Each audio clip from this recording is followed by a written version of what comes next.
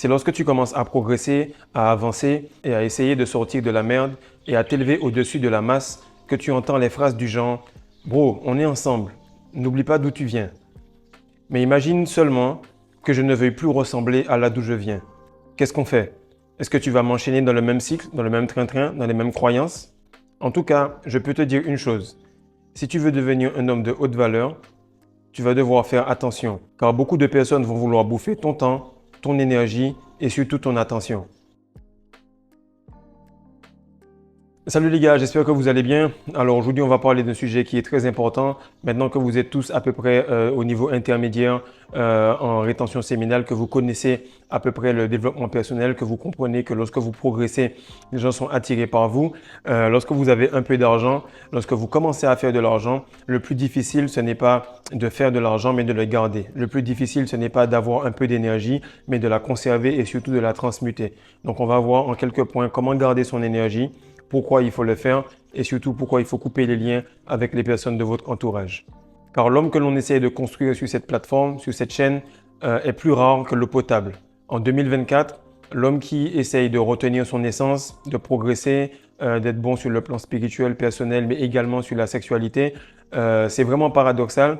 Mais le fait d'être bon dans les deux cas vous rend plus rare que l'eau potable et c'est réel. Parce que sur le marché, il y a l'offre et il y a la demande. Mais le problème qu'il y a, c'est qu'en ce moment, nous, on est en train de construire des légendes.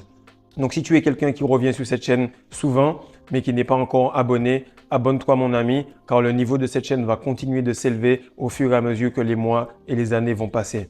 Il y a encore pas mal de projets qui sont à venir. Donc, like, abonne-toi et surtout partage ça à un pote qui aurait besoin de progresser et qui aurait besoin de savoir comment retenir, mais surtout protéger son énergie. Alors, la discipline crée la valeur et la valeur crée l'attraction. Donc, vous avez remarqué qu'à chaque fois que vous vous retenez un petit peu, que vous faites un petit peu d'effort, que vous progressez dans n'importe quel domaine, vous avez une attraction. Tout le monde cherche à avoir de la valeur. Les gens ne courent pas spécialement après l'argent, ils courent après la valeur. Et la valeur, en fait, elle se crée par l'autodiscipline. Donc, plus tu as de valeur, plus tu as un revenu élevé parce que tu n'as personne sur ton dos pour te contrôler. Donc, le plus de discipline tu as, le plus de liberté tu as. Et en fait, la liberté, elle se traduit par l'argent, par l'énergie. Et donc, à contrario, moins tu as de valeur, plus tu as un petit salaire, car tu as besoin de quelqu'un dans ton dos et tu as besoin de pointer pour sortir, pointer pour rentrer. Donc, tu as besoin de discipline forcée, de quelqu'un sur ton dos pour te faire faire ce qu'il faut.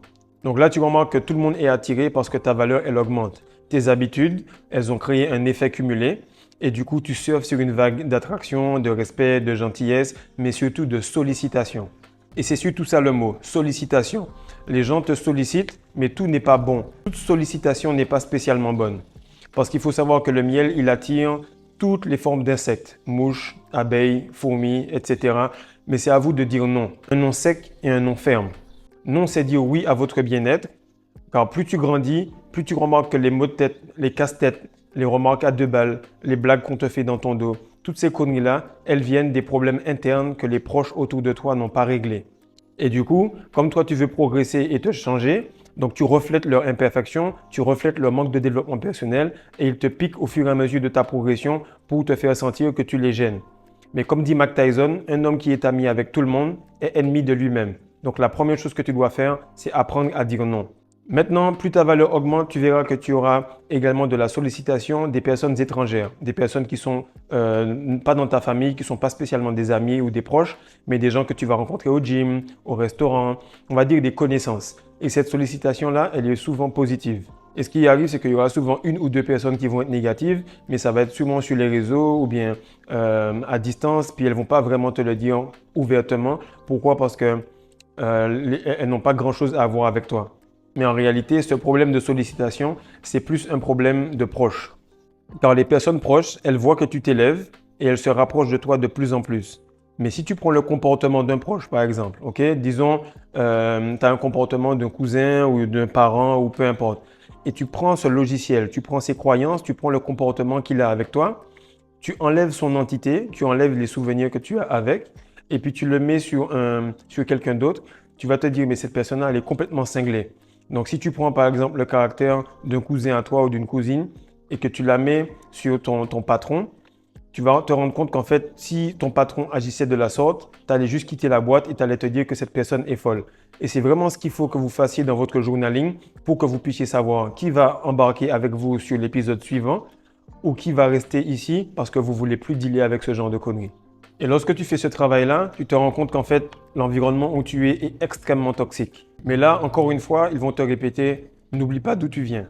Et là, tu dois leur répondre, mais est-ce que ça colle avec là où je vais? Parce que ce qui arrive, c'est que peu importe le résultat qu'ont eu tes parents, tes grands-parents, ta famille, même qu'ils soient riches, pauvres, qu'ils soient dans l'industrie, qu'ils travaillent dans une grande entreprise, peu importe ce qu'ils ont fait dans la politique, toi, tu ne veux pas leur ressembler. Parce que ce à quoi ils ressemblent t'a amené à toi être en vie, arriver à là où tu es. Mais toi, tu veux aller beaucoup plus loin. Et en fait, tu veux tracer ta propre route, tu veux régler les propres choses pour pouvoir établir et bâtir ta famille. Et ce que les gens ne comprennent pas, c'est que ton rôle en tant qu'homme, c'est de passer et de continuer pile là où les hommes de ton entourage ont échoué. Pile là où ton père a échoué, toi, tu dois transcender ça et avancer. Donc, on arrive enfin au deuxième point. Le deuxième point, c'est comment se protéger. Alors, tu te protèges comment? C'est en faisant simplement les bonnes choses. Tu fais les bonnes choses et ça va s'accumuler. Et avec le temps, ça va créer une distance mentale et une distance spirituelle. Comme on l'a dit, le spirituel, c'est instantané. Par contre, le matériel va prendre du temps à se répliquer. Pas de problème, tu continues, tu accumules les victoires, tu accumules beaucoup de bonnes journées et beaucoup d'excellentes journées. Là, tu vas créer ce qu'on appelle un momentum. Le momentum, c'est comme dans un match de basket. Le coach d'en face, il prend un temps mort pour te casser. Et là, tes proches, ils vont souvent arriver dans ton environnement, dans ce que tu fais pour te casser. Tu commences une diète, tout le monde veut te faire manger autre chose. Tu veux commencer la rétention, tout le monde te dit que telle meuf, elle veut baiser avec toi. Tu veux commencer à apprendre la spiritualité, etc. On commence à te bassiner avec des fêtes religieuses à droite, à gauche. Bref, à chaque fois, tu vas te rendre compte que plus tu veux t'élever, plus il y a des choses, mais ton seul et unique objectif, c'est qu'avec le peu que tu as, le peu de connaissances que tu as, tu puisses l'appliquer correctement et ainsi de suite, tu auras de plus en plus d'espace et de liberté. Donc, tu fais les bonnes choses, tu les fais en silence et puis tu fais tout ce qui est humainement possible par rapport à cela. Maintenant, avec le temps, la séparation va se créer et plus tard, lorsque tu auras fait tout ce qui est humainement possible, je dis bien tout ce qui est humainement possible, là, Dieu va t'enlever, il va t'élever. Et l'isolation, en fait, c'est une preuve d'élévation. Donc, si tu te sens seul actuellement ou si tu as eu une déchirure, on t'a viré, on t'a enlevé d'une équipe ou peu importe, il y a une raison à cela. Parce que souvent, Dieu entend les choses que toi, tu n'avais pas idée. Et là, ce qui arrive, c'est que lorsque tu prends une pépite dans une rivière ou bien un diamant dans une mine, eh bien, lorsqu'on prend cet objet qui n'a pas grande valeur à ce moment-là, eh bien, tout le monde y touche. Tous les ouvriers, toutes les machines, etc. Ça traverse quasiment un tapis. Et après, on passe au triage. Lorsqu'on arrive au triage, on arrive à un moment où on commence à nettoyer, enlever les ordures, les petites conneries qui rendent cette pierre de basse valeur. Mais on sait que c'est un diamant brut. Et là, quand il va arriver dans les mains du joaillier, eh bien, il va commencer à tailler. Il va commencer à tailler, tailler, tailler. Comme vous voyez sur l'image ici, lorsque vous commencez à cut, on parle d'une cut. Vous commencez à sécher, eh bien, vous taillez, taillez, taillez sur les pecs, taillez sur les abdos, taillez sur un peu tout, enlevez les mauvaises habitudes, enlevez les croyances limitantes, enlevez les croyances religieuses, enlevez tout ce qui vous empêche de vous connecter à la source. Et à partir de là, eh bien, vous êtes maintenant le joyau. Et vous remarquez que les joyaux et les pépites d'or, les bijoux, plus leur valeur s'élève, moins il y a de personnes qui les touchent. Donc, le même joyau qu'on avait trouvé dans la rivière ou dans la pépite qu'on avait trouvé dans la rivière ou le joyau dans la mine ou le diamant dans la mine, qu'est-ce qui arrive? C'est que plus il arrive au musée, plus il arrive dans la bijouterie, moins de personnes le touchent. Et nous, en fait, on regarde le joyau de manière complètement stoïque. On se dit, voilà, c'est un joyau, donc on a juste simplement à le tailler, il n'y a pas de problème. Mais toi, lorsque tu commences à te tailler, ça crée des douleurs, des difficultés, ça crée même des petites dépressions. Tu te dis, est-ce que je vais dans le bon chemin? Est-ce que réellement je ne dois pas retourner voir les autres? Pourquoi? Parce que chaque fois que tu tailles sur quelque chose, tu augmentes ta valeur, mais tu t'isoles de plus en plus. Comme disent les anglophones, misery, love company. C'est quand tu es dans la misère, tu aimes bien être en groupe. Sur la place, dans la cité, on est en train de fumer, on est en train d'appeler les meufs, on va en boîte ensemble, etc. Mais lorsque tu viens et tu prends un coaching 1 à 1, il n'y a personne avec toi. Lorsque tu vas au gym tout seul, il n'y a personne avec toi. Lorsque tu retiens ton essence, il n'y a personne avec toi. C'est pour ça que l'élévation, elle requiert l'isolation. Et à un moment, le diamant, il devient tellement beau, tellement affûté, tellement il a de la valeur qu'il devient tout simplement un symbole de réussite. Et on l'expose là où tout le monde peut le regarder.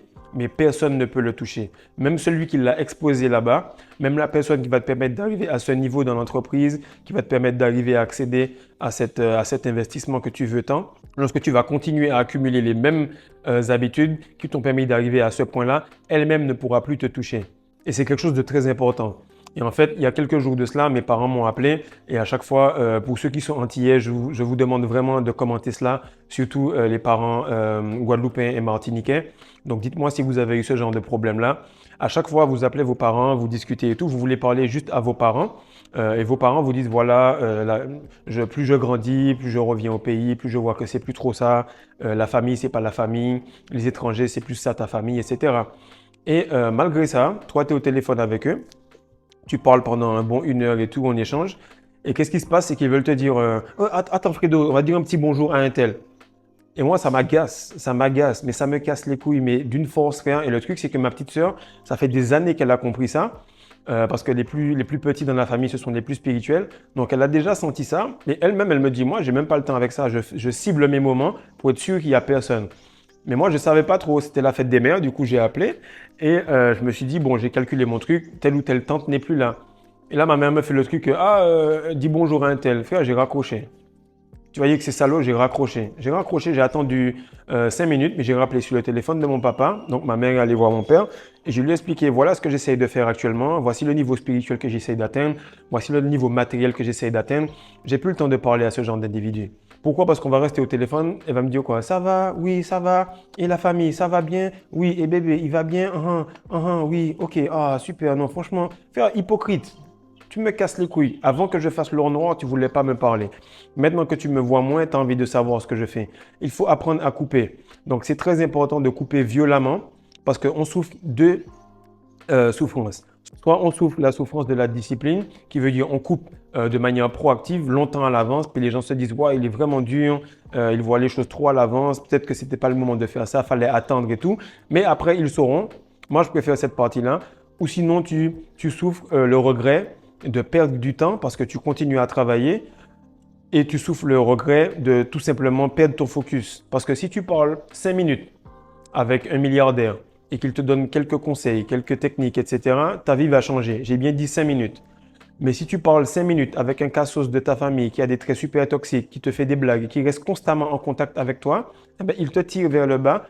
Et si tu es en train de, par exemple, travailler sur un projet, le temps que ton cerveau se remette dans le droit chemin, dans le focus pour avancer, frère, c'est foutu. Et si tu fais ça avec une personne, ta famille, il y en a 80, que tu appelles, chaque fois ta mère te fait ça, frère, la quantité d'énergie et de perte de temps que tu as sur 5 ans de coups de fil, ça te fait peut-être aller 200 vidéos YouTube que tu aurais pu faire au lieu de prendre des nouvelles de personnes que réellement tu n'en as rien à foutre. Et c'est très important de comprendre que la famille, ce sont les étrangers qu'on t'a obligé à respecter, qu'on t'a obligé à voir. Maintenant que tu as passé un certain âge, il faut couper court. Et plus ton énergie va être pure, plus la violence de la coupure doit être extrême. Parce que c'est quelque chose de réel. On te dit, voilà, tu es la somme des 5 personnes que tu fréquentes. Mais au moment où tu leur dis, ben voilà, tu fréquentes 5 tocards, il faudra t'en séparer, là, tout le monde bégaye. Tu fréquentes 5 gars riches, et ben là, personne ne veut investir sur un coaching, sur un argent, sur un bien-être, sur un régime alimentaire, sur des élastiques pour faire du sport à la maison, pour avoir une plus grande valeur. C'est au moment de faire le move qu'on ne veut pas le faire. L'information, elle est là. Mais si elle n'est pas appliquée, elle ne sert à rien. Donc, très important, faites ce travail-là, prenez les comportements des gens autour de vous, écrivez-les sur un journal, transférez-les sur quelqu'un qui est plus ou moins étranger à vous, une connaissance, et dites-vous, OK, maman fonctionne comme ça, mon cousin fonctionne comme ça, mon frère ou mon meilleur ami fonctionne comme ça. Je prends ses habitudes, cette manière qu'il a de me traiter, et je le mets, disons, sur un pote que je vois tous les 3 fois par mois au gym. Et tu vas te dire, putain, si ce pote-là faisait ça, j'allais lui mettre une claque dans la gueule. Mais le truc, c'est que toi, tu acceptes ça. Pourquoi? Parce que, de un, tu es attaché à la chair. Tu n'es pas encore assez élevé spirituellement pour te dire, je vois l'âme de cette personne. Et la chair, en fait, elle te rappelle tous les souvenirs que tu as eu avec ces gens-là au jardin d'enfance, ou bien les cousins, les premières bêtises que vous avez fait ensemble, etc. Mais en réalité, comme tu es rattaché à cette chair-là, tu ne peux pas t'élever spirituellement. C'est vraiment ça le point. Et si tu peux noter juste ça de toute cette vidéo, alors tu vas avancer très très vite. Alors maintenant, on arrive à pourquoi tu dois te protéger. Ok? Donc d'un côté, on a l'offre, de l'autre, on a la demande. Et dans l'offre, qu'est-ce qu'il y a? C'est qu'on a des gars qui ont des seins, c'est ça ta concurrence, des gars qui ont des seins, qui ont des love handles, comme on appelle ça, des poignées d'amour. Tu as des gars qui ont un peu de bide, qui ont la calvitie. La plupart, pour une bonne partie, maintenant sont efféminés. D'autres ont pris le chemin obscur. Voilà, c'est ça l'offre qu'il y a par rapport à la femme. Et la demande, c'est que la femme, peu importe qui elle est, son subconscient demande un homme puissant, un homme viril, un homme classique, qu'elle soit féministe, qu'elle soit même des fois dans le chemin obscur. Certains gars m'ont signalé que lorsqu'ils sont en rétention, des potes femmes qui aimaient des femmes sont devenus amoureux d'eux. C'est vous dire à quel point cette énergie est réelle. Donc lorsque tu as cette demande qui est totalement pure en réalité et qui ne demande qu'à refléter ton énergie, et que toi, en fait, tu es en train de te mettre sur le marché, tu remarques qu'en réalité, tu n'es pas sur le marché. Tu n'es pas dans l'offre ou dans la demande. Tu es tout simplement une légende. Parce que même dans les rêves les plus fous de toutes ces femmes-là, ce genre d'homme-là, il n'existe pas. Parce qu'aucune personne ne leur a cité ou raconté ce genre d'individu. C'est caché. La rétention, c'est caché, c'est tabou. Et plus tu vas loin, plus c'est grave. Les gens se disent, mais non, ça n'a aucun sens de perdre son énergie. Ça n'a aucun sens de garder son énergie. Si tu fais ça avec une meuf, il faut que tu jettes cette semence. Ou bien ça n'a pas d'intérêt de retenir ton essence, tu auras un cancer de la prostate. Bref, c'est-à-dire que ta vérité prouve leur mensonge, mais ils continuent quand même à avoir ça dans leur tête tellement on les a programmés. Ce qui arrive, c'est que la légende raconte qu'il avait une belle énergie, ce gars-là. Cet homme que tu es en train de construire, il avait une belle énergie. Il avait un regard impressionnant, il avait la peau et les dents qui étaient super belles. Il faisait pleurer les femmes de jalousie tout en faisant mouiller la sienne. Et tout ça sans perdre son énergie. Et en fait, la légende raconte que ce genre d'or-là, ce genre d'homme-là, c'est l'or noir. Et l'or noir, en fait, il est convoité par les riches, il est convoité par les pauvres, il est convoité par les femmes, il est convoité par les hommes virils, il est convoité par les hommes efféminés. Même, frère, il est convoité par les entités, même dans ton sommeil. Donc c'est pour ça qu'il protégeait cette énergie de tout son cœur, de peur d'être vidé de son or noir qu'il avait pris des mois et des mois à retenir. Donc tu dois te protéger quand tu n'es pas encore assez solide. Ta rétention, ton développement personnel, c'est un fœtus. Il faut que tu le protèges. Il faut que tu évites de dire aux proches ce que tu fais. Et lorsque là, ton fœtus va pouvoir sortir et être viable, il faudra encore le protéger jusqu'à ce qu'il soit adulte, pour qu'il soit puissant et qu'il puisse tenir face à la toxicité du monde ambiant, face à la toxicité de tes proches, face à la toxicité de la religion, de la politique et de tout l'environnement qui entoure cette nouvelle croyance qu'est la rétention séminale, cette nouvelle croyance qu'est le développement personnel, cette nouvelle croyance qu'est le level up et le glow up. Et là, seulement à ce moment-là, tu pourras t'exposer au monde et montrer à tout le monde, voici ce que j'ai fait, comment j'ai fait et pourquoi je l'ai fait, car je suis devenu une légende vivante. Donc je t'invite mon ami, juste pour 2 fois le prix de ton abonnement Netflix par mois, tu as des informations qui, elles, par contre, n'ont pas de prix. Donc partage, like, mais surtout abonne-toi. Peace.